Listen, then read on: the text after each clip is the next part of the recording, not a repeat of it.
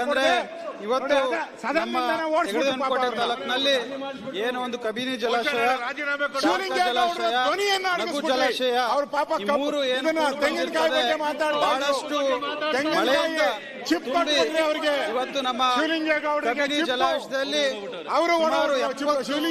ನೀರು ಕ್ಯೂಸೆಟ್ಸ್ ನಾವು ಇದರಲ್ಲಿ ನಮ್ಮ ಕ್ಷೇತ್ರದಲ್ಲಿ ಬಹಳಷ್ಟು ನೋವಾಗ್ತದೆ.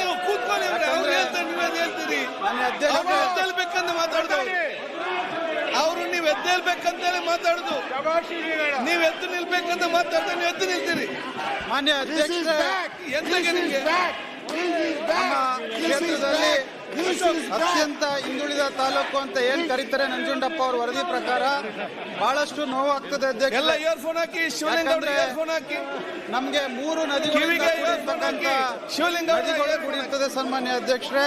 ನಿಮ್ಮಲ್ಲಿ ಮಾತಾಡುದು 50% ಅಷ್ಟು ನದಿಗಳಿಂದ ಕೂಡಿರ್ತಕ್ಕಂಥ ಕ್ಷೇತ್ರ, ಇನ್ನು 40% ಕಾಡಿಂದ ತುಂಬಿರ್ತಕ್ಕಂಥ ಕ್ಷೇತ್ರ ಸನ್ಮಾನ್ಯ ಅಧ್ಯಕ್ಷರೇ.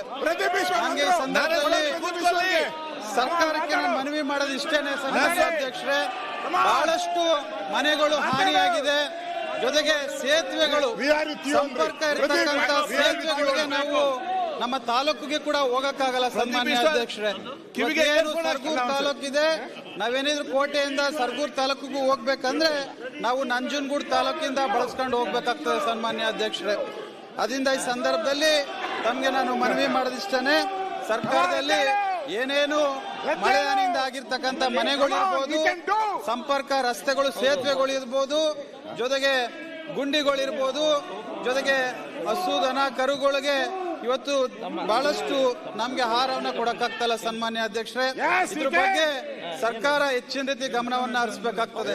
ಇವತ್ತೇನಾದ್ರು ನಾವು ಸರ್ಗೂರ್ ತಾಲೂಕಿಗೆ ಹೋಗ್ಬೇಕಂದ್ರೆ ನಾವು ಪಕ್ಕದ ತಾಲೂಕಿರ್ತಕ್ಕಂಥ ನಂಜನಗೂಡು ತಾಲೂಕಿಗೆ ಹೋಗಿ ನಂತರ ನಾವು ಸರ್ಗೂರ್ ತಾಲೂಕಿಗೆ 50 ಕಿಲೋಮೀಟರ್ ಬಳಸ್ಕೊಂಡು ಹೋಗ್ಬೇಕಾಗ್ತದೆ ಅಧ್ಯಕ್ಷರೇ.